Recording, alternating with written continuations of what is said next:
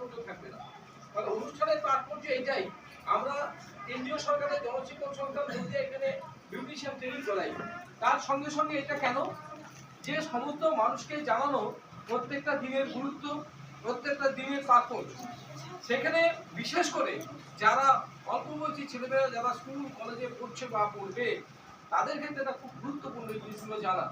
কারণ সার্বিক যদি জ্ঞান না থাকে, তাহলে কিন্তু বর্তমান সমাজে আপনি নিজেকে পিছিয়ে ফেলবেন, অনেক পিছিয়ে পড়বেন। তা সেই জন্যই এই অনুষ্ঠানের তাৎপর্য। তা সেটা অল্প বয়সী ছেলেমেয়েদের জন্য আরো বেশি গুরুত্বপূর্ণ। কেন 21শে ফেব্রুয়ারি?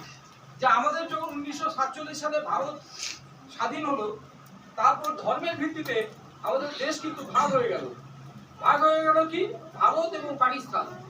ভারত এবং পাকিস্তান যখন ভাগ হয়ে গেল, ভাগ হয়ে যাওয়ার পর পাকিস্তান আবার তাদের মধ্যে আবার সমস্যা তৈরি হয়ে দুটো ভাগ হলো। একটা হচ্ছে পূর্ব পাকিস্তান, একটা হচ্ছে পশ্চিম পাকিস্তান।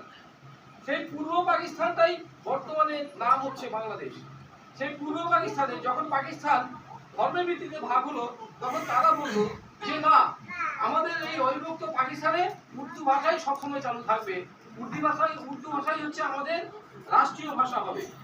কিন্তু তখন বহু পূর্ব পাকিস্তানে যে বাংলাদেশে যে সমস্ত বুদ্ধিজীবীরা থাকে, যারা ছাত্র থাকে, তারা এটা ভেবেছিল যে আমরা তো সবাই বাংলায় কথা বলি, যে বাংলা ভাষাটাকে আমাদের গুরুত্ব দিতে হবে। ফলে তারা সেই বুদ্ধিজীবী, সেই শিক্ষাবিদ থেকে আরম্ভ করে ছাত্ররা ঢাকা বিশ্ববিদ্যালয়ে এই আন্দোলনটা শুরু করেছিল। এবং সেই 21শে ফেব্রুয়ারি যখন এই ভাষা আন্দোলনে তারা নেমেছিল, তার উপর ওই পাকিস্তানের প্রশাসন